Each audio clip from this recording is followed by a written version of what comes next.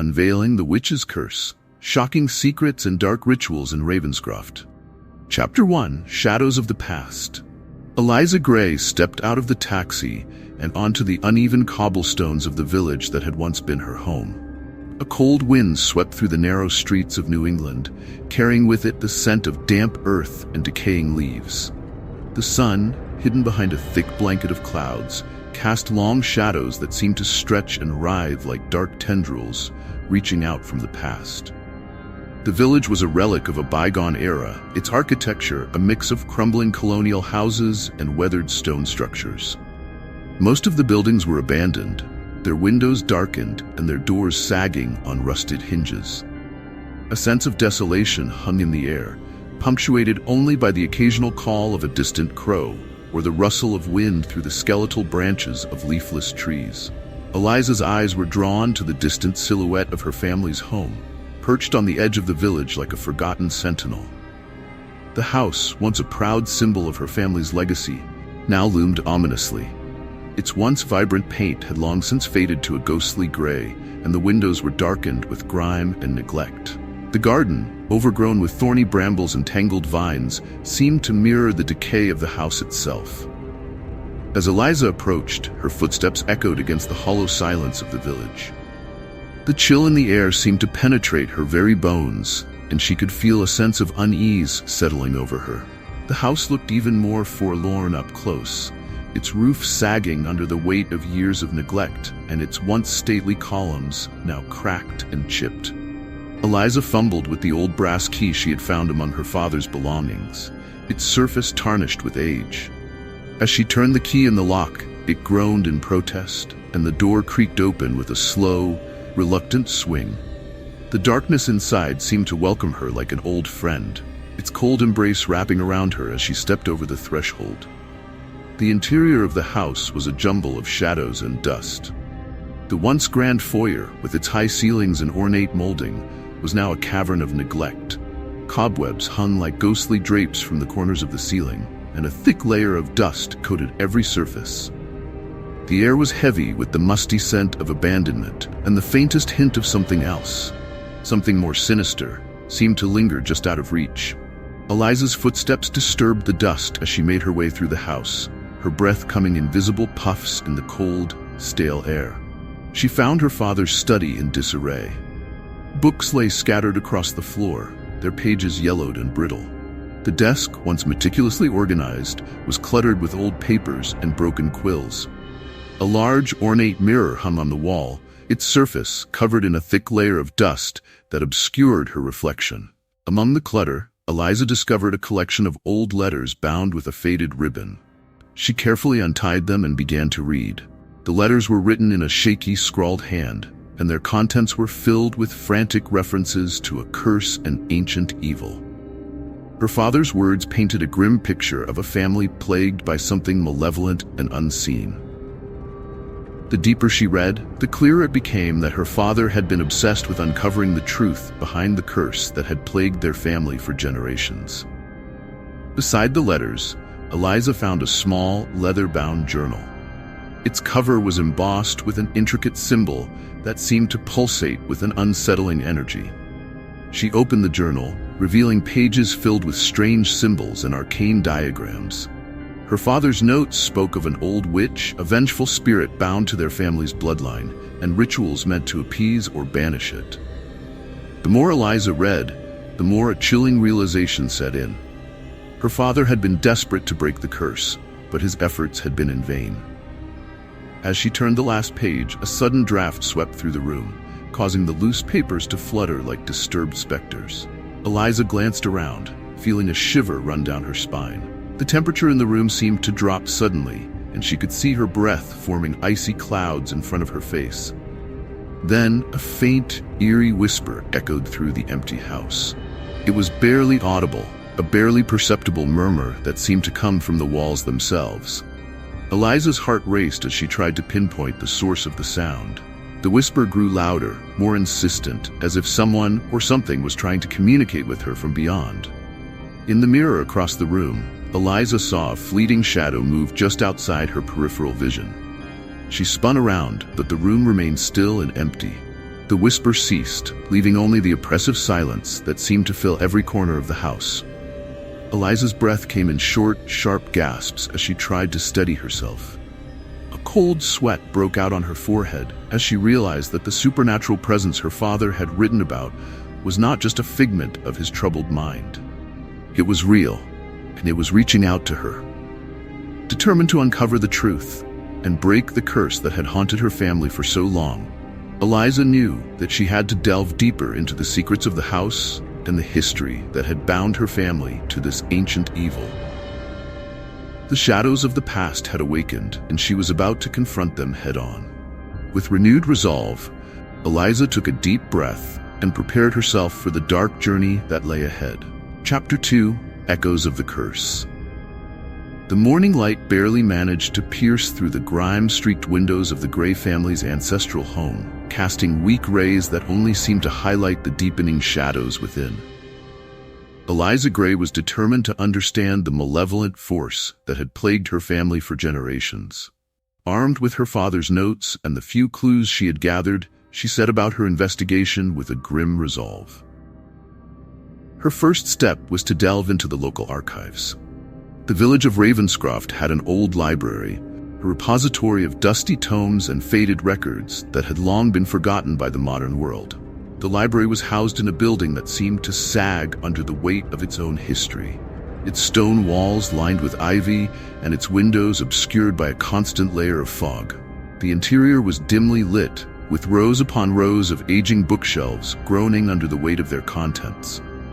Eliza navigated the narrow aisles with a sense of unease, her footsteps echoing softly on the creaky wooden floor.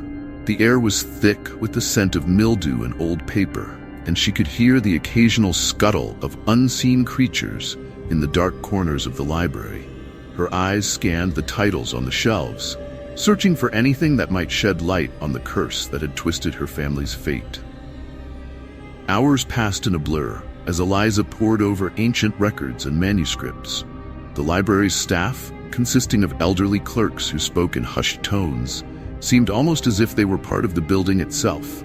Ghostly presences who moved quietly among the stacks, their eyes following her with a mix of curiosity and suspicion. Eliza found herself surrounded by piles of yellowed parchment and leather-bound volumes, each page a relic of a time long gone. Among the documents, she found a series of records related to Ravenscroft's early settlers and the strange happenings that had plagued them. The town had always been a place of superstition, with tales of witches and dark magic woven into its history. The more Eliza read, the more she realized that the curse affecting her family was deeply rooted in the village's past. In one particularly weathered book, she discovered a section devoted to local folklore and ancient curses. The text spoke of an old witch named Eliza Thorne, who had lived in the region centuries ago. Thorne was reputed to have been a formidable practitioner of dark magic, her life marked by a series of tragic events and mysterious deaths. Her name appeared frequently in the village's history, always accompanied by whispers of fear and loathing. The witch's curse, according to the records, was said to have been cast on anyone who dared to cross her. The curse was described as a malignant force that would follow its victims through generations, bringing misfortune and despair. The writings were filled with ominous descriptions of the curse's effects: sudden illness, family betrayals, and untimely deaths. Each entry seemed to confirm the growing sense of dread that Eliza felt in her bones. As she read, Eliza found her mind drifting to her own family's history. Her father's notes mentioned encounters with a dark presence, and now she understood that these references were not merely symbolic. The curse had tangible effects, manifesting in real and terrifying ways. Just as she was about to close the book, the library's heavy wooden door creaked open. A man entered, his presence as incongruous as it was unexpected. Aidan Blackwood was tall and imposing, with an air of quiet authority. His clothes were old-fashioned, almost out of place in the modern world, and his dark eyes held a sharp intelligence that seemed to see through the shadows of the library. Aidan approached Eliza with a purposeful stride, his gaze fixed on her with an intensity that made her feel as though he could read her thoughts. He introduced himself as a scholar of ancient curses and folklore, and his sudden appearance was as unsettling as it was fortuitous.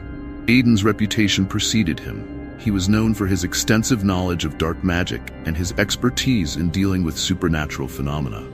"I couldn't help but notice that you're researching something rather unconventional," Aidan said, his voice low and measured. "The curse of Eliza Thorne, perhaps?" Eliza stared at him, taken aback by his directness. "Yes," she replied cautiously. "I'm trying to understand what happened to my family. My father was obsessed with this curse, and now I am too." Aidan nodded, his expression unreadable. "You're not the first to seek answers about Thorne's curse. Many have come before you, driven by the same desperation you feel now. But be warned, the deeper you delve, the more you may uncover. The witch's curse is not something to be taken lightly." Eliza's unease grew as she considered Aidan's words. "Can you help me?" she asked. "I need to understand how to break this curse before it's too late." Aidan's gaze softened slightly, and he agreed to assist her. Their initial interactions were fraught with tension. Aidan was meticulous and methodical, often preferring silence and contemplation over idle conversation. Eliza, on the other hand, was driven by urgency and raw determination. Their differing approaches to the investigation led to a clash of personalities, but both were united by a common goal. In the days that followed, Eliza and Aidan worked together, combing through additional records and deciphering cryptic symbols found in her father's journal. The research sessions were grueling and exhausting, marked by long hours spent under dim lighting and the constant presence of the oppressive air that seemed to cling to them. Every discovery seemed to deepen the mystery, and the atmosphere was heavy with an unspoken dread. One evening, as they reviewed an old ledger in the dim light of the library, Aidan uncovered a chilling account of Eliza Thorne's final days.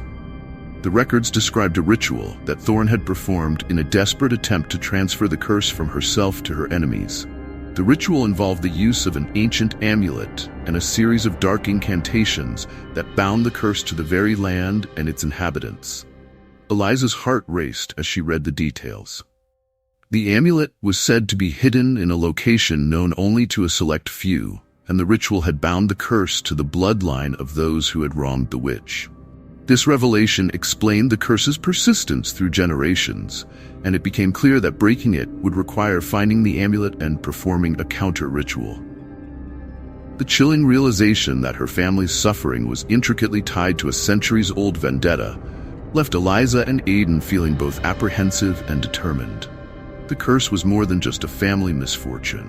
It was a living, breathing entity with a malevolent will of its own. As the night deepened, the library's shadows seemed to close in around them, and the weight of their task pressed heavily upon them. Eliza knew that their journey was far from over, and that the true horrors of the curse were yet to be revealed.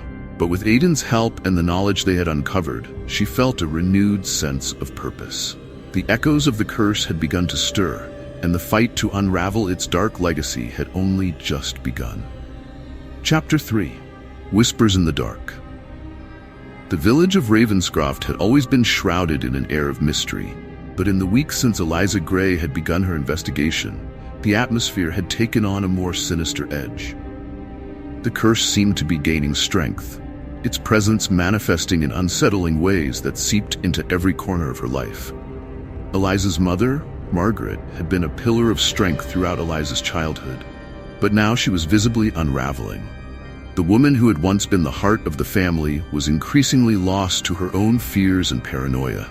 Her mental state was deteriorating rapidly. Margaret would often wander through the dimly lit rooms of their home, muttering to herself and speaking of shadows that danced just out of sight. Her eyes were haunted, and her once warm demeanor had turned cold and distant. Eliza found her mother sitting alone in the darkened corners of the house, her hands wringing the fabric of her clothes as if trying to hold on to some intangible hope. The growing dread that permeated the house extended beyond Margaret's mental decline. Strange noises became a nightly occurrence. Disembodied whispers slithered through the corridors, and cold drafts would brush against Eliza's skin as she lay in bed. It was as if the house itself was alive, pulsating with the dark energy of the curse. Sleep eluded Eliza as she lay awake, her mind racing with fear and anxiety. The shadows in her room seemed to shift and writhe, distorting into grotesque shapes that danced on the periphery of her vision. Eliza and Aiden's collaboration had become increasingly fraught as well. Their research sessions, once filled with the promise of discovery, were now marred by the palpable tension of their circumstances. The village, too, seemed to mirror their unease. The once quaint and peaceful surroundings had taken on a darker hue, with villagers retreating behind locked doors and casting wary glances at Eliza and Aiden as they passed by. Rumors of the curse's resurgence circulated like wildfire, each tale more grotesque than the last. One fog-laden evening, as Eliza and Aiden were working late into the night in the dimly lit library, the oppressive silence was abruptly shattered. A loud crash echoed through the building, followed by an eerie silence. Eliza's heart pounded as she and Aiden exchanged alarmed glances, their faces illuminated by the flickering light of their lanterns.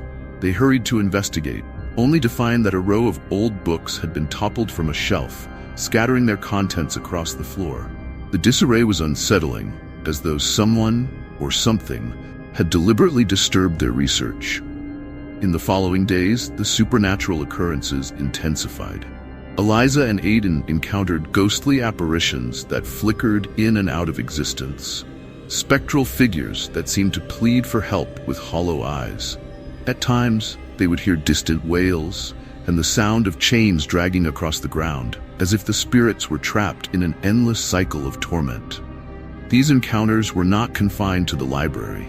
They also occurred in the village, where residents spoke of fleeting shadows and cold spots that appeared without warning.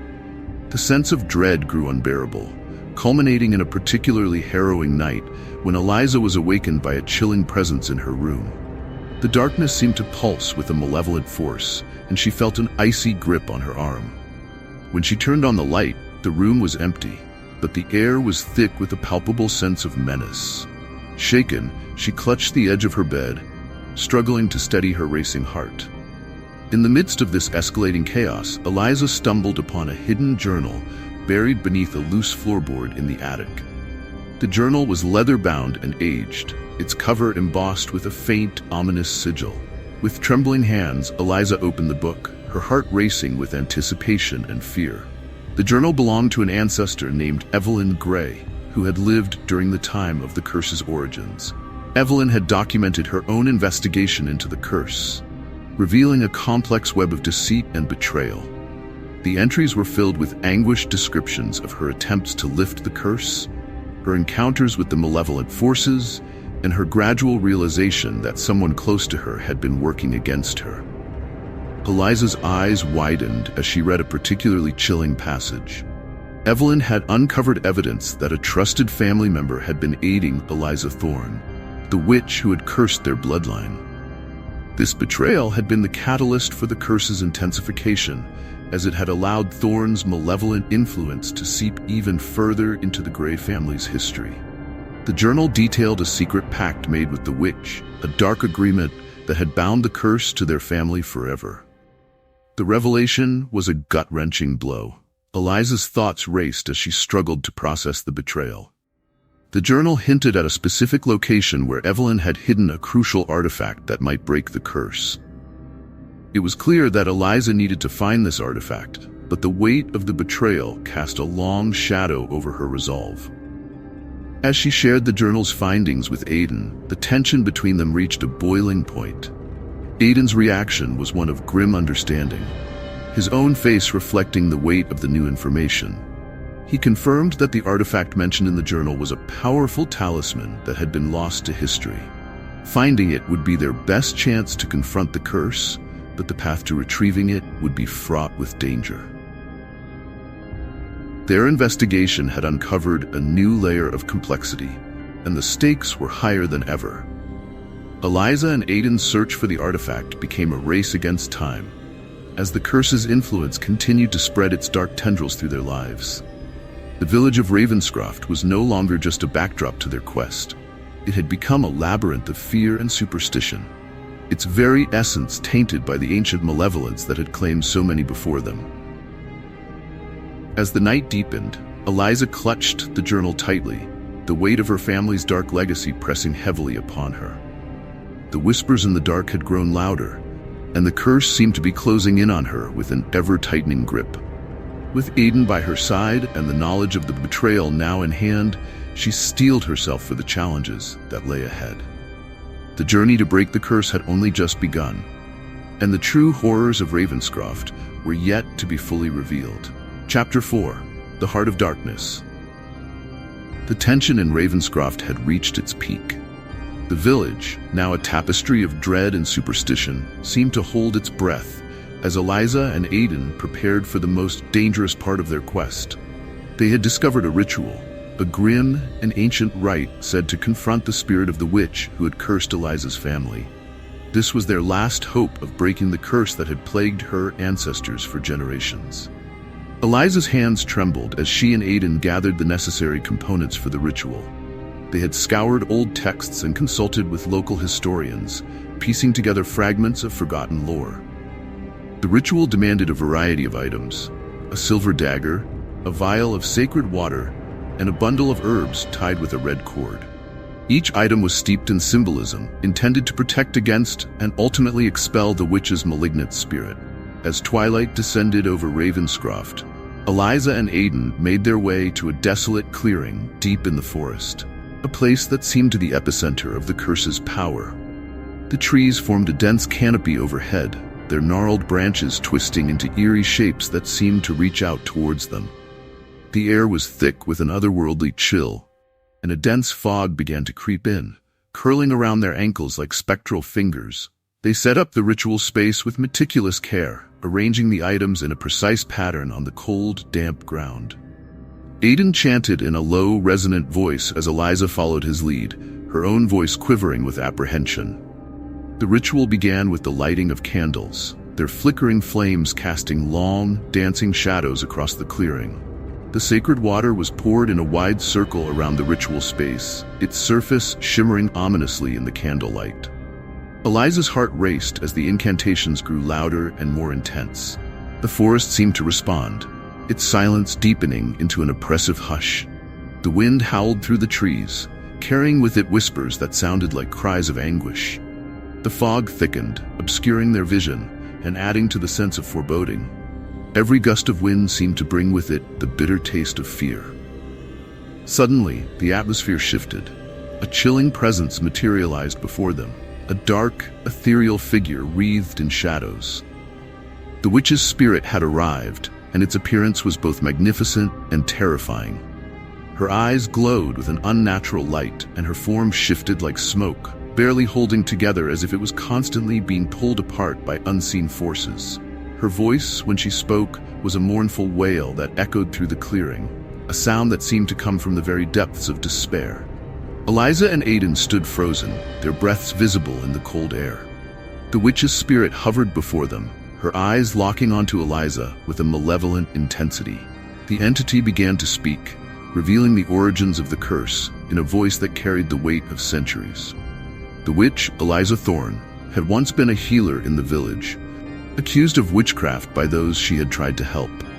In her final moments of life, she had cursed the descendants of her accusers, vowing that they would suffer as she had. But the true revelation was even more startling. The curse was not simply a vengeance from beyond the grave. It was also a trap set by the witch's own hand. Eliza's family had unknowingly participated in the witch's dark ritual, their ancestors having made a pact with her to gain power and prosperity. The witch's curse was designed to ensure that the family would always be haunted by her spirit, their lives a perpetual punishment for their ancestors' betrayal. As the witch's spirit continued to speak, a horrifying truth emerged. Eliza's own mother, Margaret, had been a key figure in perpetuating the curse. In her desperation to protect her family, she had made a secretive deal with the witch's spirit, promising to help maintain the curse's power in exchange for her own safety. Margaret's mental instability and the recent events were not just a result of the curse, but were also linked to her efforts to appease the spirit. Eliza's mind whirled with the weight of this revelation. The anguish in her mother's eyes suddenly made a terrible kind of sense. Margaret had been ensnared in a cycle of manipulation, and fear, her every action driven by a desire to escape the very curse she had helped to sustain. The realization was a heavy blow, and Eliza felt the sting of betrayal and loss. As the spirit's wail grew louder, Eliza felt a surge of determination. Despite the overwhelming fear and horror, she knew what she had to do. With a final resolute chant, Eliza and Aidan completed the ritual, their voices rising in a crescendo of defiance against the dark presence that sought to consume them. The witch's spirit let out one last tormented cry before dissipating into the mist, her malevolent energy dissolving into the night air. The clearing fell silent, the oppressive atmosphere lifting as the fog began to recede. The ritual space was now calm, the candles' flames flickering gently as if in quiet celebration of their victory.